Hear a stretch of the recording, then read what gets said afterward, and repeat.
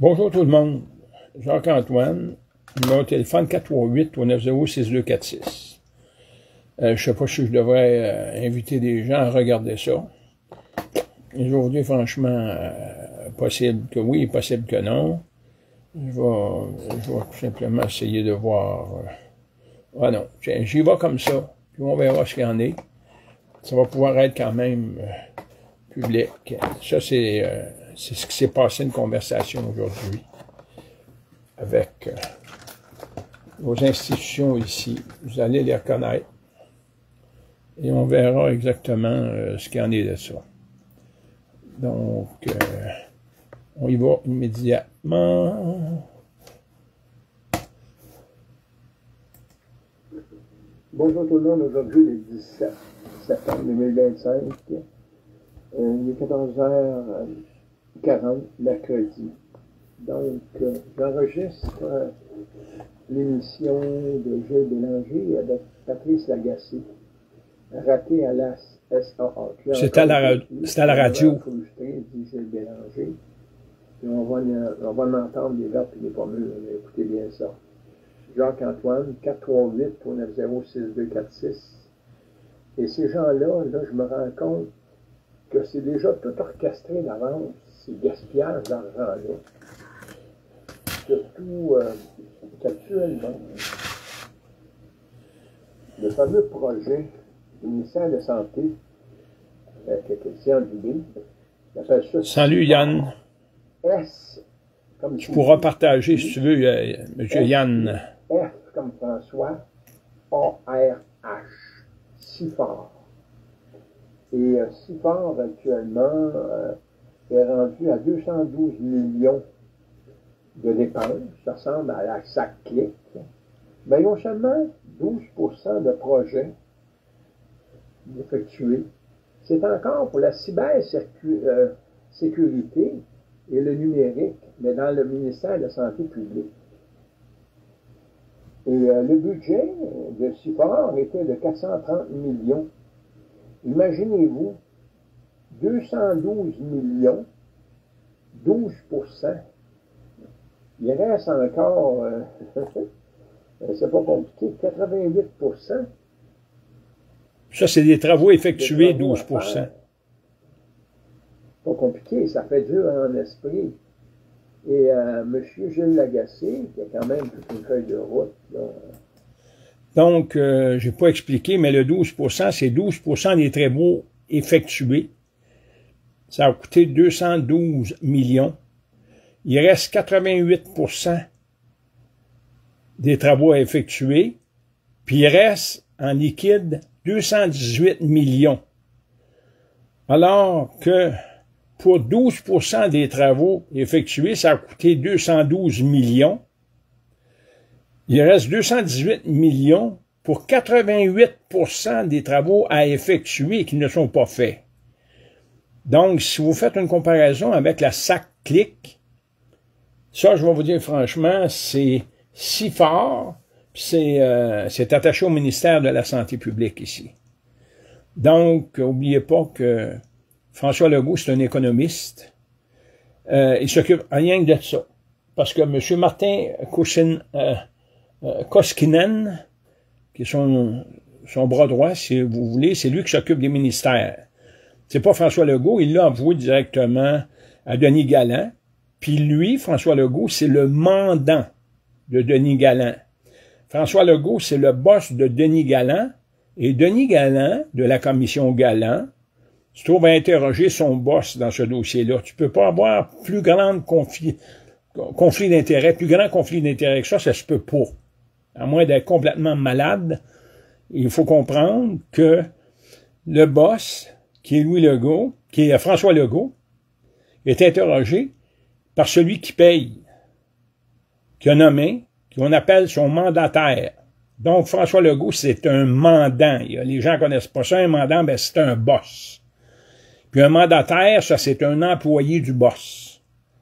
Donc, Denis Galland, c'est un employé de François Legault. C'est lui qui se trouve à être le juge dans l'affaire de la SAC-CLIC. Vous comprenez? Donc, c'est comme ça. Salut, Daniel. Donc, on continue avec ça. J'écoute géographie ici.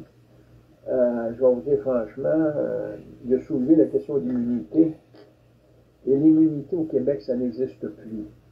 Vous comprenez, même si on dit, même si le barreau dit que l'immunité, ça existe, même si le collège des bâtonniers dit que l'immunité au Québec, ça existe, depuis, en plus de ça, qui ont emprisonné l'honorable Lise Thibault, je suis son compagnon d'armes depuis 2005.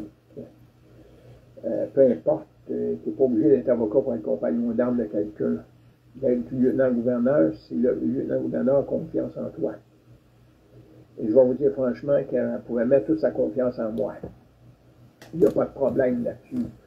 Aujourd'hui, le 17 septembre 2025, et c'est comme si je venais de commencer avec elle et que je suis au courant de tout ce qui s'est passé depuis. Vous comprenez? Et pour moi, ça sera toujours le chef du Québec. Et l'immunité qu'elle n'avait pas le droit de posséder à cause du Québec, qui s'est tué, qui s'est fermé sur l'article 18 de l'acte de l'Amérique du Nord britannique, qui a supprimé les immunités, les privilèges, le droit de veto de Sa Majesté. Et en supprimant ça, automatiquement, toutes ces immunités, privilèges et veto veut dire souverain, allaient à ceux qui ont travaillé là-dedans pour s'approprier, pour usurper. C'est des usurpateurs, ils ont usurpé l'autorité et les pouvoirs de Sa Majesté la Reine, et ils se sont arrangés ici au Canada avec tous les médias d'information pour faire détester la monarchie, pour dire que la monarchie coûtait une fortune, vous comprenez. Et là, ben, ils se sont débarrassés tout simplement de l'article 93, alors que les monarques ici, au Canada et en Grande-Bretagne, c'est des chrétiens. Ils sont intronisés, ils sont loin du Saint-Crème, ça se fait à l'abbaye de Westminster et c'est des chrétiens. Comme moi, je suis un chrétien catholique, eux, c'est des chrétiens protestants anglicans. Mais c'est des chrétiens. Ils sont sous l'autorité tout simplement divine de notre Seigneur Jésus-Christ, comme moi. Donc, c'est comme ça.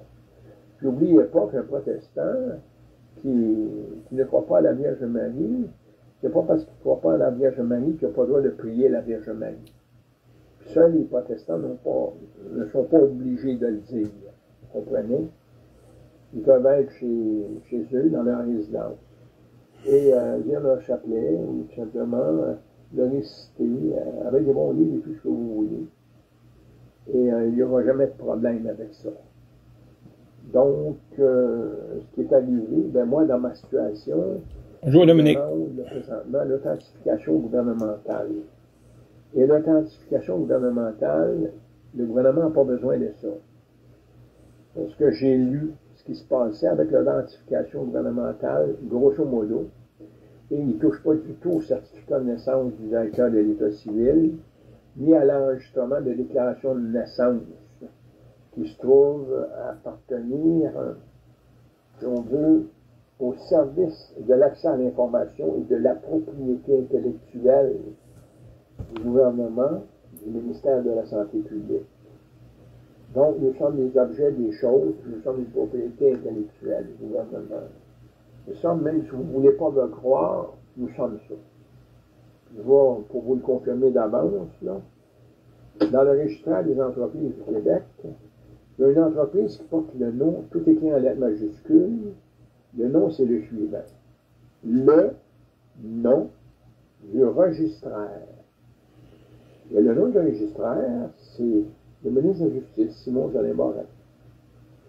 Honorable Simon Jolin Barrette. Et moi, ben, ça fait depuis 2002, écoutez, que je me bats pour l'identité et j'ai gagné. Le gouvernement, le barreau du Québec, les bâtonniers, les présidents du barreau, le collège des bâtonniers, et tous ceux qui administrent le gouvernement de l'Assemblée nationale, parce que l'Assemblée nationale est complètement délinquant, c'est délictuel, c'est tout simplement une institution qui ne tient pas la route, qui est illégale quand même, qui est délictuelle. Et quand on arrive ici, le nom de famille, adresse du domicile élu, c'est le 3175 chemin des Quatre-Bourgeois à Québec, G1W2K7. Et l'autre adresse, c'est le 3800 rue de Marly, au Québec, G1X4A5. Et rue de Marly, c'est la bunker de Revenu Québec. Vous comprenez? Et quand on regarde un nom de famille ici, qui est un nom légal, le nom de famille, c'est un nom légal. Puis le prénom, c'est pas un nom légal. Mais le nom de famille, c'est un nom légal. Et le nom légal, ici, c'est Test. T-E-S-T. Et le prénom, c'est Notif. N-O-T-I-F. Voyez-vous que cette entreprise-là, qui porte le numéro 3367 08 92 50, doit arriver à son terme le 5 décembre 2025. Mais ça, eux autres, ils l'ont effacé, mais moi, je l'avais tout imprimé. Donc, j'ai encore le document. Ici, on n'arrête pas de nous tromper. Ici, on respire, le gouvernement nous montre comme il respire. Puis après ça, Gilles Bélanger, ici, qui a toute une feuille de route, puis, qui vient d'être à la charge, qui a remplacé Eric Kerr, vous comprenez? Gilles Bélanger, lui, il est à la cybersécurité. Et pas rien que ça, là. Il est ministre. Je peux quand même vous dire exactement qui est M. Il remplace Eric Kerr. Bélanger. Député d'Orford, Coalition Avenir Québec, ministre de la cybersécurité et du numérique, né Ville-Saint-Laurent en 1958. Conjoint de fait. Non, c'est un conjoint de fait. Formation, c'est AIIE, American Institute of Industrial Engineers, senior, membre depuis, je ne vois pas parce que ma lettre, ma feuille n'est pas assez longue. Après ça, c'est Georgia Technologies, États-Unis, CAPS, C-A-P-S, Logistique 1985. Salut Cédric. Donc, il est toujours dans quelque chose qui ressemble à la cybersécurité, voyez-vous. Il y a le SAS, Institute, Caroline du Nord, États-Unis, 1983. Il y a Génie industriel, École polytechnique de Montréal en 1981. Majeur en mathématiques, informatique, Université de Montréal, 1980, encore là, il manque la date parce que je l'ai imprimé, j'en ai le mettre dans l'autre sens. Salut Yves. La microbiologie, Université d'Ottawa, 1978. Donc, j'ai quand même une idée de ce qui s'est passé aussi. Cela, ça ne pas les nuits. C'est quand même quelqu'un qui a des connaissances là-dessus. Des DES, base oblique, DEP, en sciences de la santé au cégep Marie-Victorin. Et Collège Notre-Dame, 1974. Expérience professionnelle, voyez-vous, Global Managing Partners, partout dans le monde. Il y a Arthur Anderson Consulting, 1999 à 2003. Il y a Supply Chain et Opération Cost Management. Il a été président, directeur général et PDG. PDG, c'est ça, propriétaire de BGM Group. Ensuite de ça, BGW Multimédia et BGW Consultant.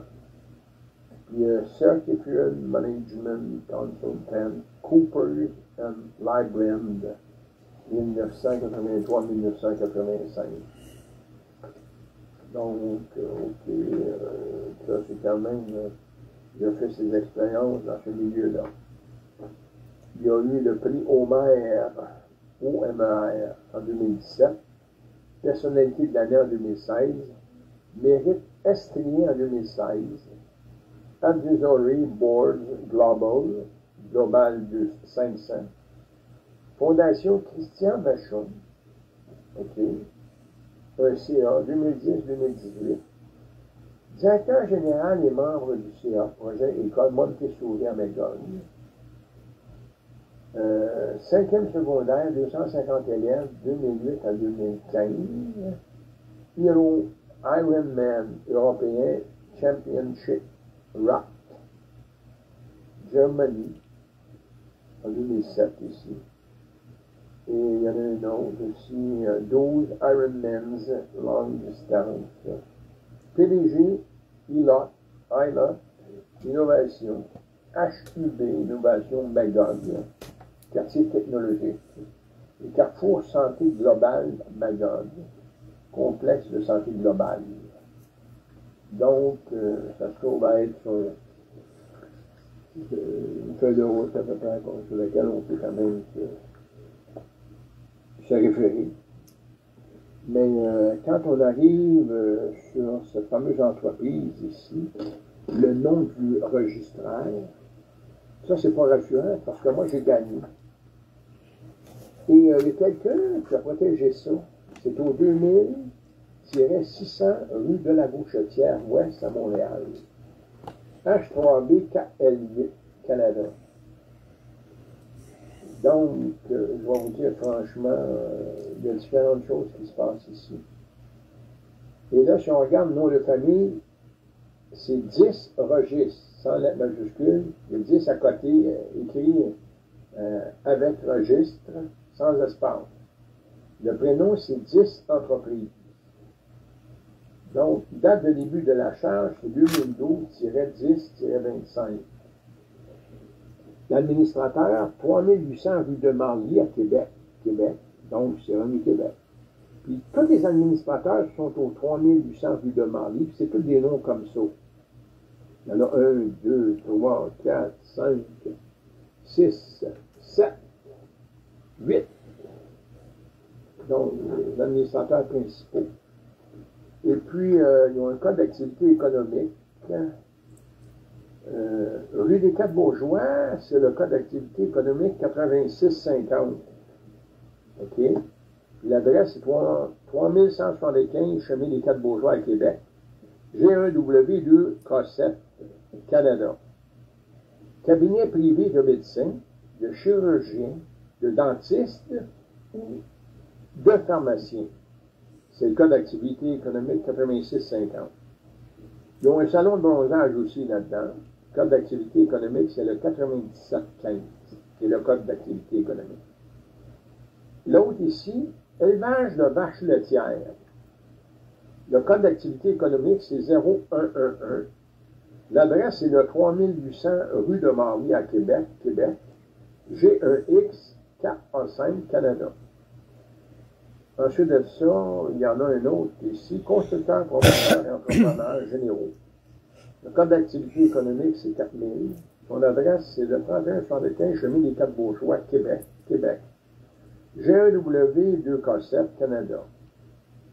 Ensuite de ça, au 3800 rue de Marly à Québec, encore remis Québec, ils font l'élevage de porc aussi. Le code d'activité économique, c'est 0113, élevage de porc. Il y a 3800 rue de Marly à Québec. Autres services, ça, c'est tous les autres services qui ne sont pas énumérés. Puis ça porte le code d'activité économique 9999. Ensuite de ça, il y a Industrie des boissons gazeuses. Au 131-3800 rue de Marly à Québec. G1X 4A5, Canada. Industrie des boissons gazeuses. 1111. Donc, et un autre ici, parce qu'il y en avait un rue de Marly en haut, donc ils l'ont répété ici, c'est Test 4. Donc, l'établissement principal. Donc, ça porte des noms d'établissement. Donc, un immeuble, ça a un prénom, ça a un nom de famille. Et le prénom, le nom de famille, il y en a un ici, le nom de famille, c'est R-E-G, et le prénom, c'est Registre, R-E-G-I-S-T-R.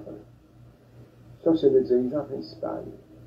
En lettres minuscules, là. Tout en lettres minuscules. Ici, si on regarde fondé de pouvoir, aucun fondé de pouvoir n'a été déclaré, mais il est administrateur bien d'autrui. Ça, c'est rare. Donc, administrateur du bien d'autrui, ça, il s'occupe de tout ce qui nous appartient, la société, la population, les 9 100 000 de population là, environ. Et le nom de famille, c'est Test, espace, C06. Et le prénom, c'est Publication. Vous comprenez? Donc, quand on joue avec Salut les gens. c'est comme ça, avec toutes sortes de noms, une chatte en perd ses chambres, et c'est pour fourrer le peuple. Et ça, le barreau ne se lève pas contre ça. Non, pas du tout. C'est le barreau qui est en arrière de ça. S'il n'était pas en arrière de ça pour accepter ça, pour cautionner ça, pour protéger ça, s'il n'était pas là pour ça, il aurait arrêté le système de fonctionner comme ça. Vous comprenez? Mais ce n'est pas le cas. Donc là, si on regarde la cybersécurité, et on va chercher des informations là-dessus, je vais vous dire franchement, c'est vraiment pas évident. C'est vraiment pas évident. Je pense que je vais quand même vous faire écouter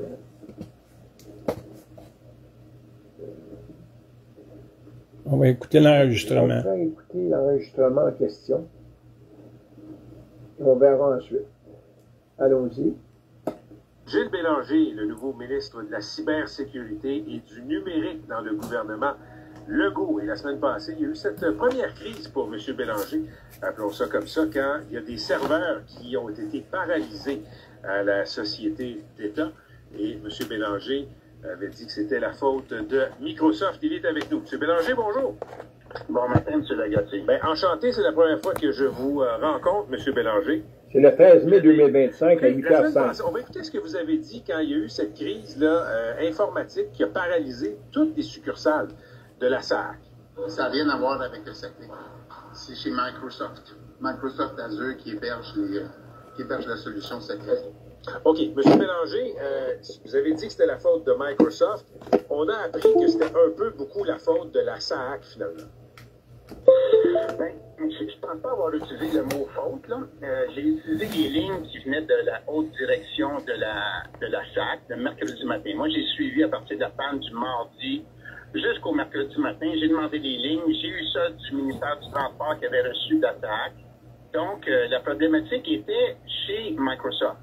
Maintenant, pour la faute, jeudi matin, j'avais un discours différent et j'étais frustré des informations que j'avais reçues qui n'étaient pas suffisantes. Et encore aujourd'hui, je demeure frustré parce que c'est assez difficile à savoir ce qui s'est passé. Vous êtes frustré envers qui? Êtes-vous frustré envers la SAC ou votre collègue des transports, Geneviève Guilbeault? Bon, ben Geneviève et moi, on avait discuté ensemble le mercredi matin, on avait convenu pas du tout frustré. Là, Geneviève a fait un bon travail, puis on s'entend très bien. Frustré de la SAC, parce que premièrement, zéro plan de contingence. Avec un recul, a priori, le mercredi matin, je me dis, bon, il y a une problématique chez Microsoft, c'est quand même assez surprenant, parce que Microsoft, c'est quand même assez fiable. J'ai été surpris. Par la suite, j'ai posé des questions. Puis là, j'ai bien réalisé qu'il y avait eu une tentative de mettre quelque chose à jour en pleine journée. Je me suis dit, ça n'a pas de bon sens. Je ne pouvais pas le croire. Je me suis dit, voyons, non, pas de plan de contingence, pas de redondance. Et encore aujourd'hui, là, j'ai pas les fins détails de ce qui s'est passé. Je vais attendre l'étude qui va sortir avec les conclusions. Je vais vous poser la question plus directement. L'information que c'était uniquement la faute de Microsoft, ça venait de la SAC. OK? Ça, vous me confirmez ça? Ben, je ne sais pas si on utilisé faute. Ils ont dit c'est chez les serveurs. Mais en tout cas. M. Bélanger, ils n'ont pas dit on a une patte là-dedans, on a une responsabilité. Ils ont pointé Microsoft, on va dire ça comme ça. Vrai? Oui, il faut comprendre, c'est la haute direction qui a dit ça. Est-ce que la haute direction avait tout le topo? Peut-être pas. OK, mais vous êtes ministre de la cybersécurité et du numérique. Vous avez une expertise là-dedans, si j'ai bien compris. Pourquoi vous avez juste pris la parole des hauts dirigeants de la SAAC? Pourquoi vous n'avez pas fait votre propre enquête à ce moment-là? Ben, je pense qu'au cours de l'année, j'ai pas eu le temps de faire ma propre enquête. On se fie sur la haute direction qui, elle, envoie les informations au ministère, le ministère du Transport qui héberge d'une certaine façon la SAC. La SAC se reporte au ministère du Transport. Donc, moi, je me base sur ces lignes-là, mais assez rapidement, j'avais un doute. Donc, j'ai fait mes propres analyses. Est-ce que mes propres analyses aujourd'hui ont les réponses? Non. Non, parce que ça prend une analyse, ça prend une expertise, un audit externe. OK. Bon, regardez, là, ça c'est la communication. Maintenant, parlons de la sécurité informatique. Il y a quelque chose d'assez grave qui s'est passé. Les serveurs de la SAAC à Québec ont été paralysés. OK? Il y a, dit-on, un site de relève de serveurs à Montréal. Appelons ça des backups. Eux, ils n'ont pas embarqué. Là, on peut se poser la question, Monsieur le ministre, là, s'il y a un incendie à Québec dans cette salle-là, s'il y a une cyberattaque, la prochaine fois, est-ce que les serveurs de Montréal, le backup, ça va embarquer? Ma réponse, j'ai aucune idée. C'est pour ça que moi, j'ai demandé le jeudi matin. Je suis insatisfait des réponses. Je veux un plan de contingence pour pas qu'il y ait de rupture de service clientèle. Et je veux savoir s'il y avait de la redondance. Je veux une analyse. Ça fait pas de sens de faire un test ou de faire une mise à jour en pleine journée sans avoir de site de relève, sans avoir fait de test au préalable. Voyons, ça fait 35 ans que je fais ça, j'ai rarement vu ça. Et puis ça, ben c'est quelque part, là, il y a une problématique. La haute direction, je pense pas qu'elle savait, elle n'aurait pas sorti des lignes le mercredi matin qui donnaient pas cette information-là. Salut Stéphane. Moi, je les prendrais pas, entre vous et moi, je les prendrais pas sur leur seule parole. Ils ont tout intérêt, à l'époque, je me remets à l'époque, là, il y a quelques jours, ils avaient tout intérêt à ce qu'on pense pas que la SAAC avait une responsabilité dans cette panne-là. Ouais. Bon. Mais en tout cas, moi, j'ai appris, je peux vous dire que la prochaine fois, ce que je vais recevoir de la SAAC, je vais mettre un bémol, mettons, mais il doit y avoir lumière là-dessus. Là. Il faut vraiment savoir qu'est-ce qui s'est passé. Ça fait aucun sens. Zéro plan de contingence. Moi, le premier ministre m'a donné la responsabilité là, de ne plus avoir de bris de service, de livrer à temps sous les budgets.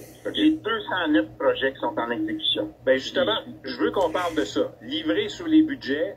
Vous regardez les projets informatiques, là, vous êtes le ministre de la cybersécurité et du numérique. Okay? Vous avez succédé à Éric Kerr, M. Bélanger. Est-ce qu'il y a des projets numériques qui sont en dépassement et qui vous inquiètent présentement? Je vais reculer. La réponse est oui. Livré sous les budgets. Vous regardez les projets informatiques, là, vous êtes le ministre de la cybersécurité et du numérique. Okay? Vous avez succédé à Éric Kerr, M. Bélanger. Est-ce qu'il y a des projets numériques qui sont en dépassement et qui vous inquiètent présentement? La réponse est oui. Est-ce que j'ai les pouvoirs actuellement d'être capable de faire une bonne gestion, une bonne coordination des projets? La réponse est non. Il y a un projet de loi 88 en études détaillées. Je compte sur de faire une bonne gestion,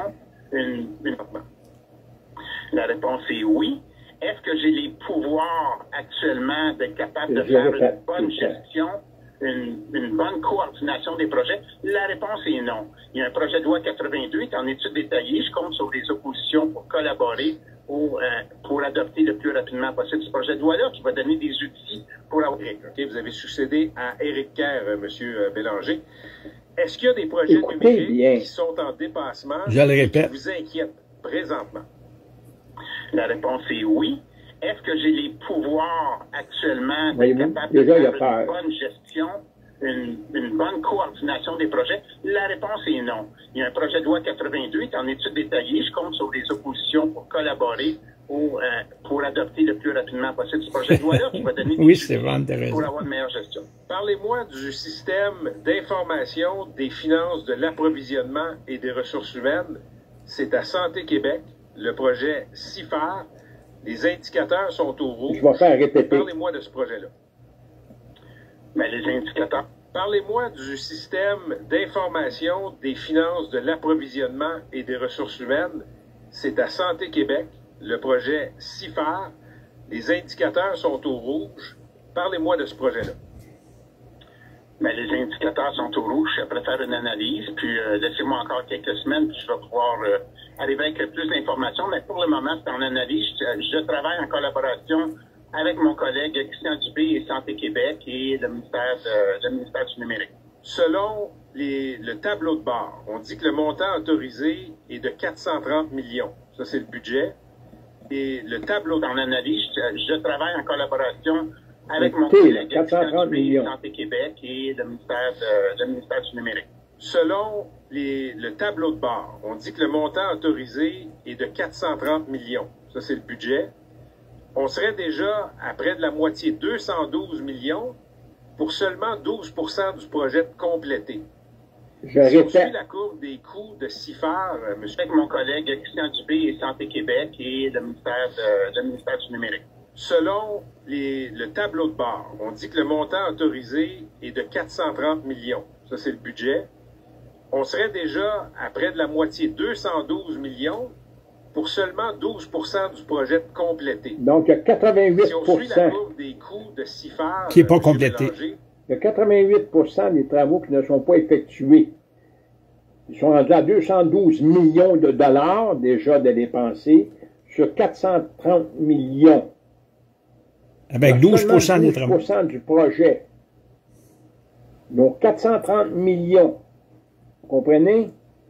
Donc, si on rajoute 10 fois ça, là, 212 millions, écoutez, ça va faire 2 milliards, c'est pas, ça n'a aucun sens. Là, Il vous reste- comprenez?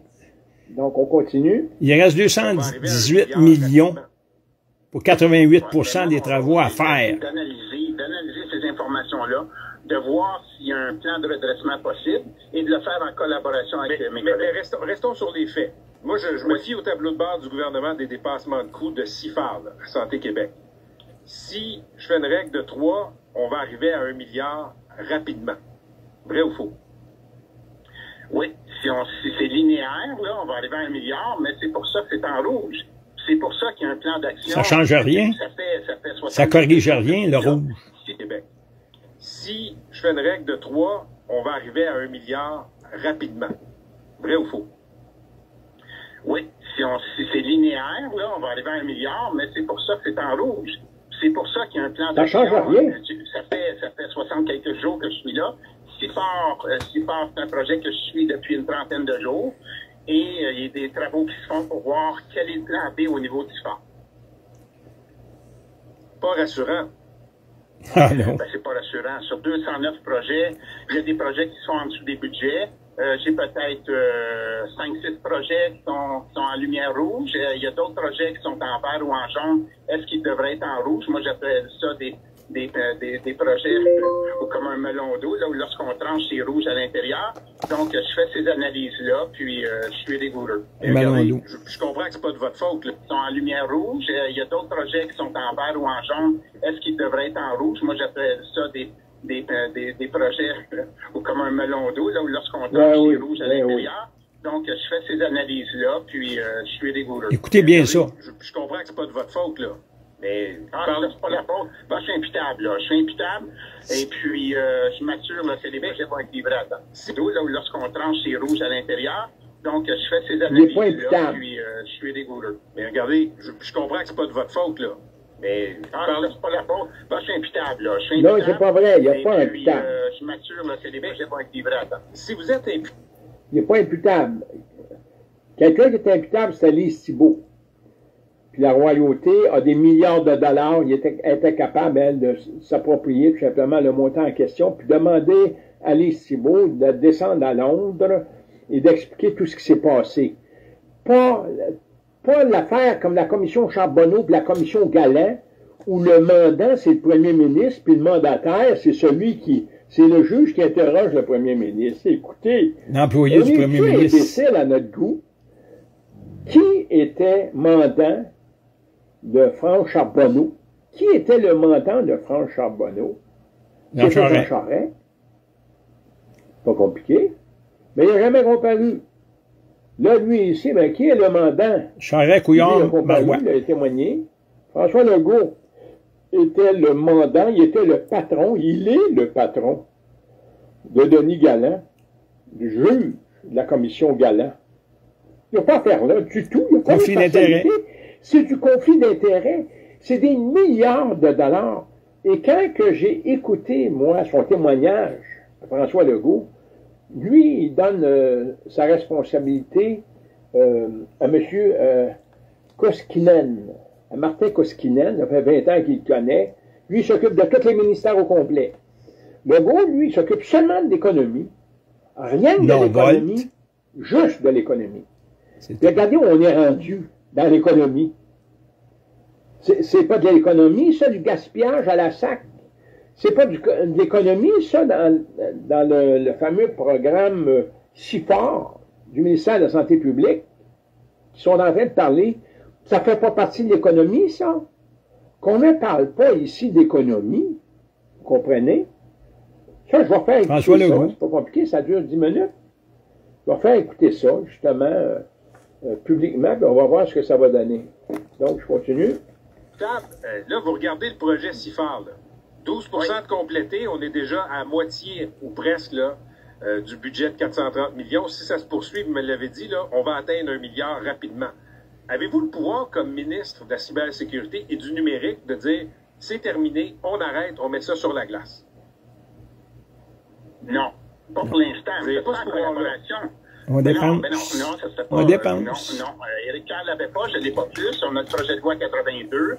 Puis, Geneviève Guilbeault n'avait pas plus de pouvoir que lui, même si elle est à la Société d'assurance automobile du Québec et ministre du Transport. Elle n'a pas plus de pouvoir que lui, que Gilles Bélanger. Qui a le pouvoir? François Legault. Puis, tous les autres ministres, L'économiste. ils sont tous dépendants de Martin Koskinen. C'est tout. Lui, François Legault, est en arrière, il s'occupe de l'économie. Tu comprends-tu? L'argent scriptural qui n'existe pas. L'argent ex nihilo qui n'a aucune valeur. L'argent invisible qu'on crée à partir d'un clavier d'ordinateur, puis qu'on efface sur le clavier d'ordinateur. Tu peux mettre 100 milliards, puis le lendemain, tu l'effaces au complet. C'est ça le système. C'est ça la cybersécurité. Il y en a qui s'avantagent à ça, le numérique, la cybersécurité, mais qu'on ne vienne pas mettre ça sur le dos des contribuables actuellement.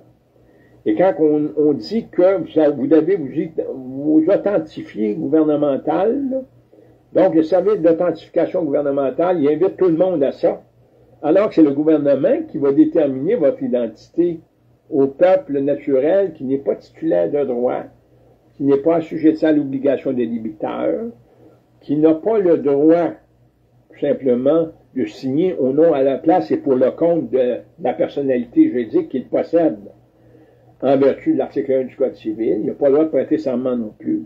Puis il lui faut prêter serment quand même.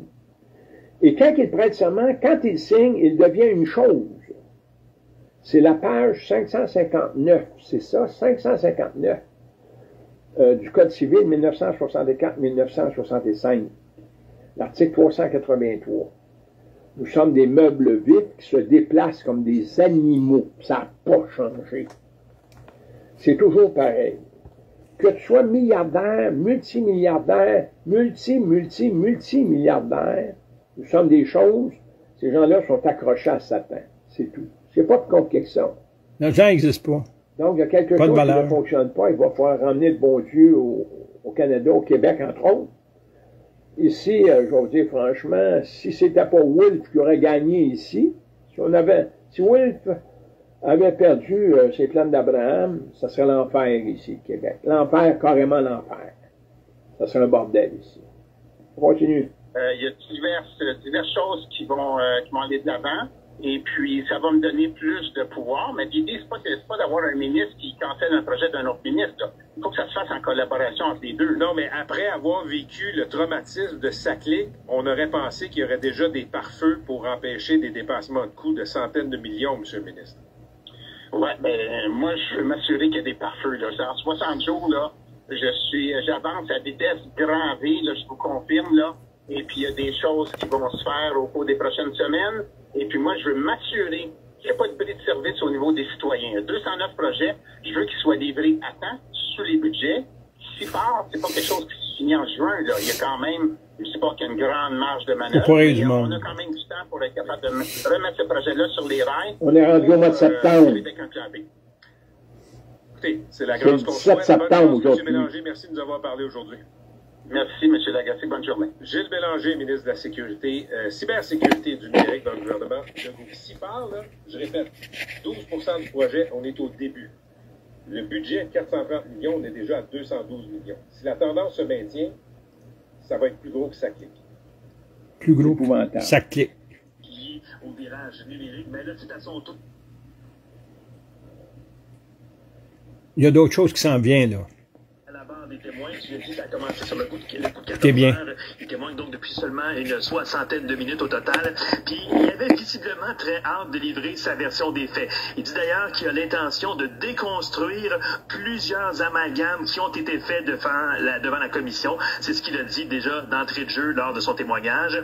Je dois dire aussi, il offre de très très longues réponses jusqu'à maintenant, tellement, Philippe, que le commissaire Denis Galland est intervenu pour aviser Carl Malenfant de se limiter un peu, de se limiter à répondre aux questions du procureur, de ne pas trop s'écarter du sujet des questions posées, et même que juste avant qu'on entre en onde, il y a eu un deuxième rappel à l'ordre de la part du commissaire Galland.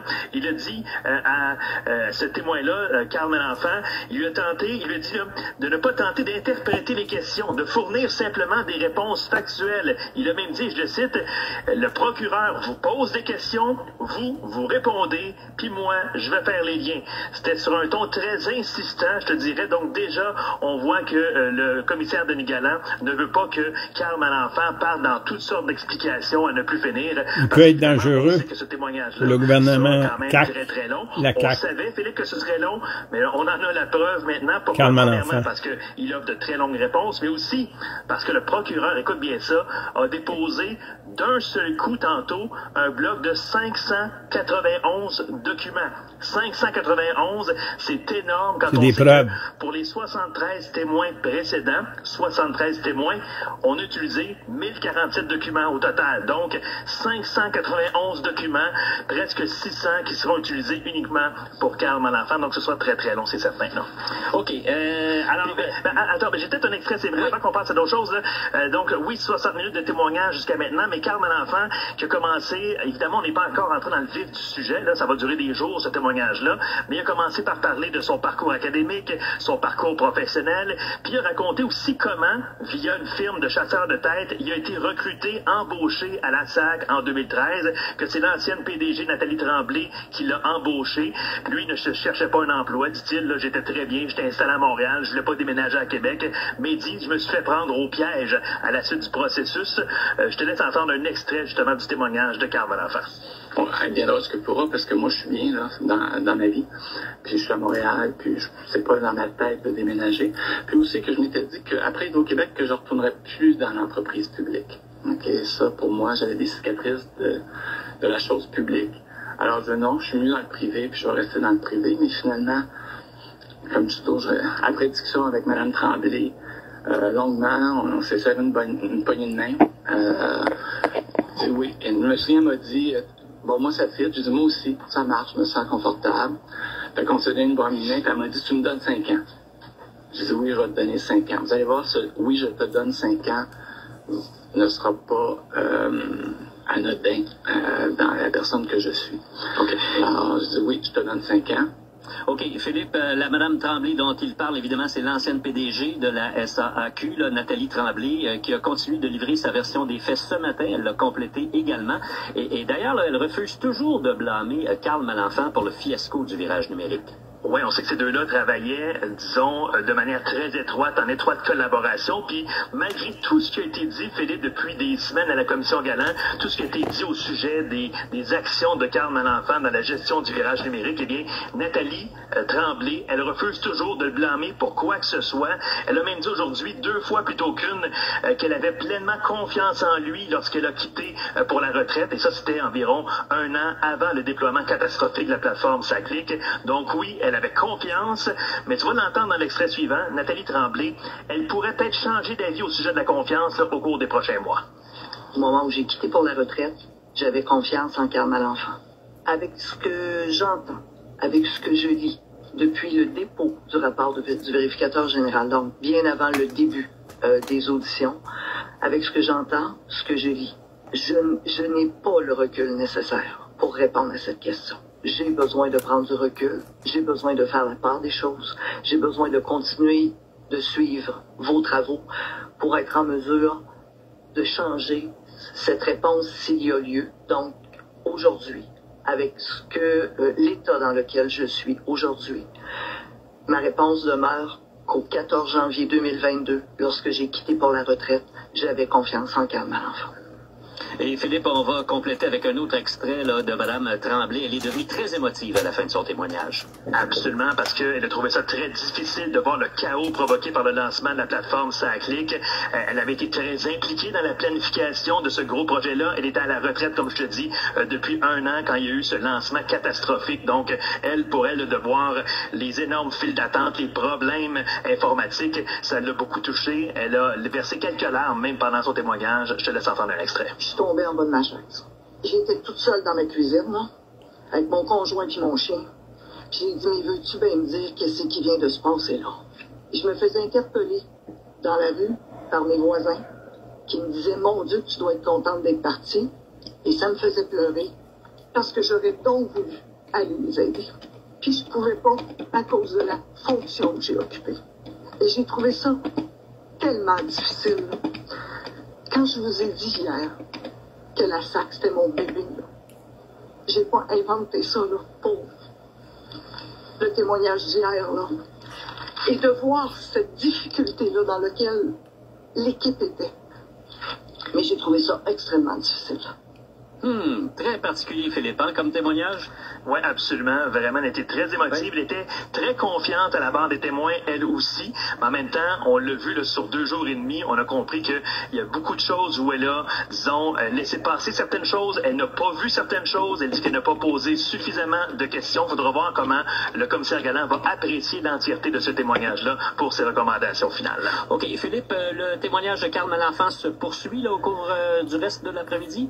Absolument. Et d'ailleurs, le commissaire Galland, qui est très préoccupé par les délais, c'est normalement là, qu'on en a encore pour plusieurs jours avec ce témoin-là, Carl Malenfant. Donc, il a dit qu'on prolongerait probablement jusqu'à 17h30 ou 17h45 aujourd'hui. Ça va se poursuivre assurément demain et vendredi. On verra si le procureur sera en mesure de compléter ce témoignage-là d'ici la fin de la semaine. C'est à suivre, mais ça va durer des heures et des heures. OK. Et possible qu'on se reparle plus tard dans l'émission si M. Malenfant déclare des choses intéressantes. Merci beaucoup de suivre ces travaux-là pour nous, Philippe. Merci, au revoir. C'est notre journaliste Philippe Bonneville qui suit les travaux de la commission Galland. Là-dessus, on va aller à la pause. Et puis au retour, on va parler de ce nouveau sondage léger là, publié dans le Journal de Montréal ce matin. On mesure les intentions de vote au Québec. D'excellentes nouvelles pour Paul Saint-Pierre Plamondon. Donc, voilà, je crois que...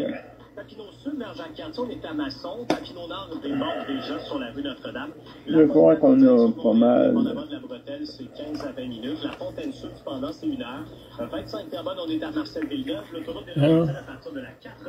Je cherchais la place où le son sortait. Voilà.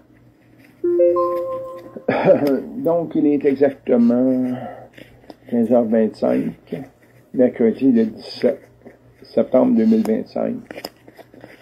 Je pense que il faut que les gens se réveillent. Quand même assez important. Moi, dans ce cas-là, dans tout ce qui concerne la SAC et la SACLIC, la Capitale Assurance Générale, grosse compagnie d'assurance, était impliquée dans un dossier que j'ai, qui est confidentiel, qui est caché. Et ça a commencé, ça, si vous voulez, ça a commencé en 2002. Et ça s'est jamais terminé dans le sens où j'ai gagné devant les tribunaux judiciaires. J'ai gagné à la Cour municipale de Montréal, 721, 773, 710. J'ai gagné ensuite de ça à la Cour du Québec devant l'honorable juge François Godbout qui a reconnu que Jacques-Joseph Pierre-Antoine Normandin, avec des traits d'union, est le représentant autorisé de Jacques Normandin. Ça n'a jamais été respecté. Et la Société d'assurance automobile du Québec, c'était Mme Micheline Fradette, qui avait pris l'arrangement avec moi. Elle était au service de la Société d'assurance automobile du Québec. Donc, je faisais des versements sur anticipation de jugement. Et j'étais rendu à 1900 $ d'argent investi, c'est-à-dire que je garantissais en cas que je perde la cause. Et pourtant, j'avais gagné déjà à la Cour municipale de Montréal. Et suite à ça, la Capitale Assurance Générale n'a pas été satisfaite de ça. Elle est allée devant la Cour du Québec. Et c'était Pierre F. Bégin qui représentait la Capitale Assurance Générale. Et je crois que c'est Maître Renaud, à mon avis, j'ai pas les papiers devant moi, qui représentait mise en cause la Société d'assurance automobile du Québec. Et j'ai toutes les notes stéréographiques de ça. C'est pas les notes stéréographiques du gouvernement, là, avec du caviardage puis des choses cachées. Non, c'est les miennes par ma sténographe officielle à moi. Parce qu'il y a des avocats qui ont dit « Ah, il manque bien des affaires. » Non, non, moi, il manque absolument rien dans mes affaires. Et ça a été complet. Et là, ben, ce qui arrive, c'est que j'ai quand même gagné là aussi. Parce que les deux avocats, le mis en cause et la capitale d'échange générale, représentée par son avocat, n'ont jamais répondu au témoignage, après mon témoignage devant l'honorable juge François Godbout. Et il a tranché immédiatement, c'est pas compliqué, il a rendu jugement par écrit, parce qu'il a reconnu que Jacques-Joseph Pierre-Antoine Normandin était le représentant autorisé de Jacques Normandin, la même chose qui avait été reconnue à la Cour municipale de Montréal. C'est Jacques Normandin qui était poursuivi. Justement, le juge Fontaine, Pierre, je pense que c'est ça, Pierre Fontaine, parce que les deux juges qui l'ont précédé, c'était le juge Bisson. Ensuite de ça, ça a été le juge Deneau. Ça a été ensuite gagné devant l'honorable juge Feu Rénal Fréchette à la Cour supérieure du Québec, et ça n'a jamais été respecté, ça non plus. Et pire encore, c'est que la Société d'assurance automobile du Québec m'a remboursé le 1900 $ que je versais à la Société d'assurance automobile du Québec sur anticipation de jugement. Ils m'ont remboursé, j'ai pris une copie couleur recto-verso du chèque avant de le déposer, puis le chèque, je l'ai reçu le 15 février 2005, parce que le jugement était rendu le 28 mai 2004. Et étant donné, ils ont voulu essayer de passer par la médiation devant l'honorable juge Peter Bradley, mais non, j'étais plus en état de me rendre jusque-là. J'ai dit, ça ira plus tard et tout ça. Bonjour, Lise. Donc, les juges, ça a été respecté, mais j'ai perdu, par le gouvernement du Québec, depuis 2002, c'est pas compliqué, même si des pièces étaient actives. Je vais juste vous donner un exemple ici, concernant la Société d'assurance automobile du Québec. Ici, il y a un exemple assez flagrant,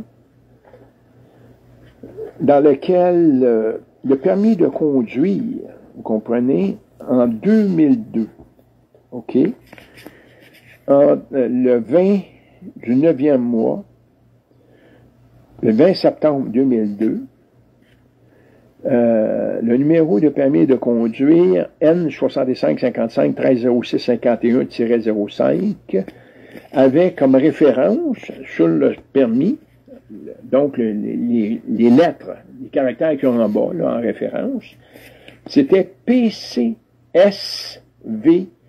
65020.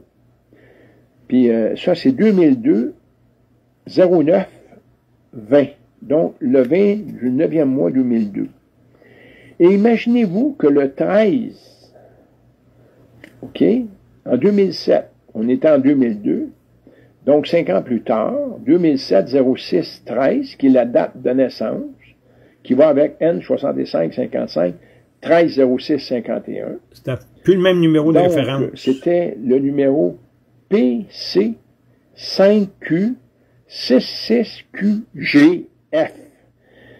Et ça, je ne sais pas ce qu'ils ont fait avec ça, mais ça se peut pas. À partir de là, j'ai jamais eu d'autres numéros de permis de conduire, d'autres numéros. Ça a été les derniers permis de conduire, le dernier numéro que j'ai eu. Il a fallu que je conduise sans permis. J'ai été toléré par la sécurité publique, comprenez, parce qu'ils savaient, je contractais et tout ça. Il fallait que je travaille, puis je ne commettais pas d'infraction ou quoi que ce soit. Mais d'une façon ou d'une autre, ils n'ont pas respecté. Puis ça vient du barreau. Le barreau devrait être mis sous tutelle, puis même fermé. Il faudrait qu'il y ait un nouveau barreau ici, flambant neuf, qui commence, avec d'autres structures, des statuts et règlements, les bâtonniers, c'est toute une affaire qui doit sortir, là. Ça, là, depuis 1849. que ces gens-là, parce qu'ils meurent, puis ils seront remplacés et tout ça, mais ils restent bâtonniers toute leur vie. Et c'est eux autres qui administrent l'Assemblée nationale, qui ont administré l'Assemblée législative, qui ont administré le Conseil législatif, et c'est eux autres qui ont administré la perte des privilèges et des immunités et du veto de Sa Majesté la Reine Victoria en 1867, et de tous les majestés depuis ce temps-là, jusqu'à aujourd'hui, jusqu'au roi Charles III, voyez-vous. Puis en plus de ça, ben, il y a eu un nouveau roi ou reine ici qui était anonyme au Québec. Et le 4 juin 2021, par la loi D-9.1.01, ils ont adopté la dévolution de Sa Majesté du chef du Québec. Alors que Sa Majesté la Reine Élisabeth II a subi la dévolution en 1985 par Brian Mulroney,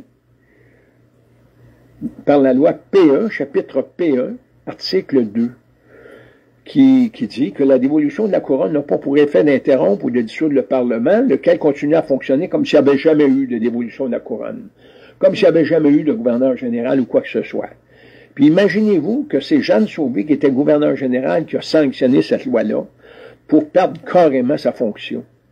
Puis ça annulait automatiquement la fonction de tous les lieutenants-gouverneurs du Canada, mais c'est tout caché, ça. Comme le Québec, c'est caché, comme quoi c'est un pays, depuis bien avant 1968, mais 1968, quand ils ont aboli l'Assemblée législative et le Conseil législatif, pour rentrer l'Assemblée nationale unicamérale, donc une seule chambre, automatiquement, ils se débarrassaient automatiquement de l'autorité des pouvoirs et de l'immunité, mais il n'y en avait même plus.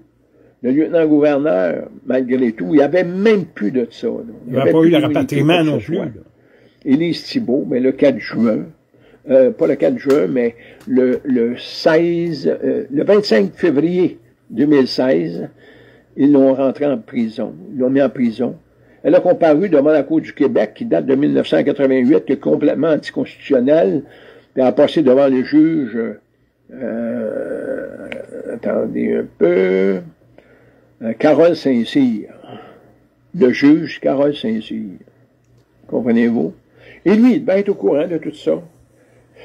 Et il a condamné, pas comme on condamne n'importe qui, n'importe quel individu. Et même que, quand il y a eu le décès de Sa Majesté la Reine Élisabeth, j'étais à la cour et je demandais au juge de se lever, là, et puis quand même de prendre une minute de silence pour de recueillement, là, en respect à la monarchie. Ils n'ont pas voulu faire ça, pas tout. Ça ne les regarde pas.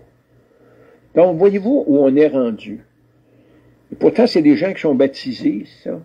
Les juges et tout ça, c'est des gens qui sont intronisés, qui sont loin du Saint-Crème. Donc, tu ne peux pas être roi sans être sous la protection de Dieu. Pas compliqué. Sans aide, sans suivre... ils sont obligés de suivre les commandements de Dieu. Ils sont obligés tout simplement de se conformer aux commandements de Dieu, à Jésus-Christ. Et tout ça, vous comprenez? À Dieu. Donc, c'est ce qui est arrivé. Et depuis ce temps-là, depuis 2002, même si, voyez-vous, en 2007, tout s'est terminé sur le permis de conduire, on est rendu aujourd'hui en 2025, le 17 septembre 2025, parce que j'ai fait la distinction entre l'existence naturelle de la nature humaine, qui n'est pas déterminée par aucune loi, et l'existence artificielle de la personne physique. Donc, toutes les identités, les désignations qu'il y a dans le Code civil du Québec et qu'il y a dans les lois, c'est toutes des personnes physiques. Il y a seulement à l'article 15 du Code criminel qu'on parle du de facto, de l'existence de faits. Et l'existence de faits ne peut pas juger une existence de faits. Il faut que ce soit une existence juridique déterminée par la loi. De jure. Donc, par le directeur de l'État civil, l'enregistrement des déclarations de naissance vivantes à partir du ministère de la Santé publique, comprenez, et ainsi de suite. Permis de conduire, carte d'assurance maladie. Mais moi, ils ont même annihilé parce qu'oubliez pas que les pièces d'identité appartiennent au gouvernement. C'est pas à vous, ça. Même si vous avez mis votre photo dessus, c'est pas à vous. Donc, là, moi, je vous mets en garde sur l'authentification gouvernementale, parce que vous devez vous identifier, vous authentifier sur votre identité d'après les critères et les ordres, sous peine. Peut-être qu'il peut y avoir même une pénalité là-dessus, si vous ne vous conformez pas là-dessus, si vous n'avez rien gagné. Parce que ce que j'ai gagné, moi, ce n'est pas applicable pour personne des 9 500 000 de population au Québec. Ils veulent pas que ça s'applique de même. Alors que le gouvernement, ici au Québec, aurait dû faire tellement plus pour donner un petit peu d'argent à la nature humaine, qu'elle puisse subsister sans être obligée de payer des impôts, puis qu'elle a le droit de vivre, qu'elle a le droit d'avoir un toit, qu'elle a le droit de manger, d'avoir un toit. Tu sais? La nature humaine n'a pas le droit. C'est la personnalité juridique, puis la personnalité juridique, c'est une personne physique, c'est une existence artificielle, c'est une fiction, en vertu de l'article 1436 du Code civil. Puis dans le dictionnaire de droit Hubert Reed, ils disent bien qu'une personne raisonnable, c'est une fiction qui sert de modèle pour le comportement, pour l'analyse du comportement d'une personne. Donc, imaginez-vous, une fiction qui analyse le comportement d'une personne. Donc, ça veut dire qu'un avocat et un juge, c'est aussi des fictions pour analyser le comportement d'une personne. Croyez-vous à ça? Moi, j'y crois. Donc, est-ce que nous sommes rendus des robots? C'est-tu pour ça que le gouvernement nous met tout le temps dans le bas d'une page maintenant, je ne suis pas un robot, puis là, il faut que tu cliques. Nous sommes des robots. Puis si vous ne cliquez pas, comme quoi vous dites, vous n'êtes pas un robot, c'est que vous reconnaissez pour le gouvernement que vous êtes des robots, mais vous ne le savez pas.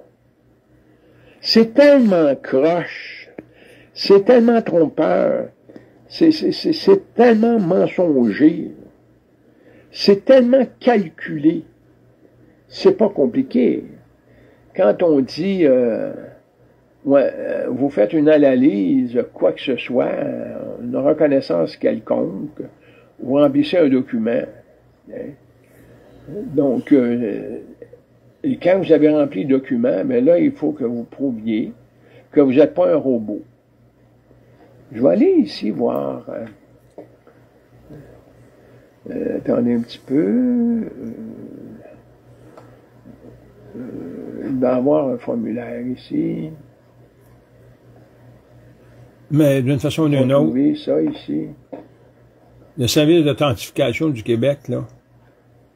Vous pouvez me téléphoner, je vais vous dire quoi faire avec ça. Voyez-vous, ils disent utilisez mon dossier. pas ça à moitié, puis signez pas ça. Quand on dit utiliser mon dossier, c'est-tu vous qui avez fait ça, le mon dossier en question? C'est le gouvernement qui a fait ça, puis il vous oblige à vous conformer à mon dossier, qui est le dossier du gouvernement, qui n'est pas le vôtre. C'est lui qui a pris vos pièces d'identité. Puis quand il vous appelle, puis qu'il vous dit, c'est pour que vous puissiez vous identifier. C'est de la corruption d'identité. Donc, par le gouvernement. D'identité, c'est à nous à téléphoner au gouvernement puis lui demander de s'identifier. Tout le monde doit s'identifier à vous. Pas vous identifier à votre gouvernement. Jamais. Faut pas faire ça. Vous comprenez? Donc, attendez un petit peu, on va aller ici pour voir, mettons, par la poste, on peut dire un formulaire. On peut aller sur un formulaire ici. Donc, ici, pour un formulaire, écoutez, là, c'est le fameux formulaire concernant Québec, OK? Comment créer un compte au service d'authentification gouvernementale. Danger. Donc, ils disent ici, conditions d'admissibilité. Donc, si on n'est pas admissible, c'est le gouvernement qui décide, c'est pas vous. Vous n'arrivez pas avec votre certificat de baptême. Ou, non, pas ça. Puis, le certificat de naissance, ça appartient au gouvernement, ça n'a pas de vie, ça. Personne ne le sait. Vous voulez pas?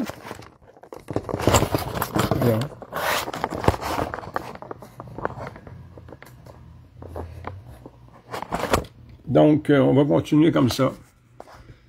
Donc, vous n'avez pas l'information sur votre certificat de naissance quand vous référez justement à tout le formulaire, à toutes les exigences, les critères nécessaires pour l'authentification gouvernementale, votre authentification. Comprenez? Donc, votre certificat de naissance ne paraît pas nulle part là-dessus. Et vous êtes censé aussi avoir toute l'information du directeur général des élections, parce que lui est censé avoir toute l'information sur vous qui allez aller voter. Donc, c'est le gouvernement qui possède toutes vos pièces d'identité. Le problème, c'est que si vous voulez partir en voyage, vous êtes obligé de présenter un certificat de naissance, pas un certificat de baptême. Non, non, vous êtes pas, c'est pas une personne naturelle qui prend l'avion.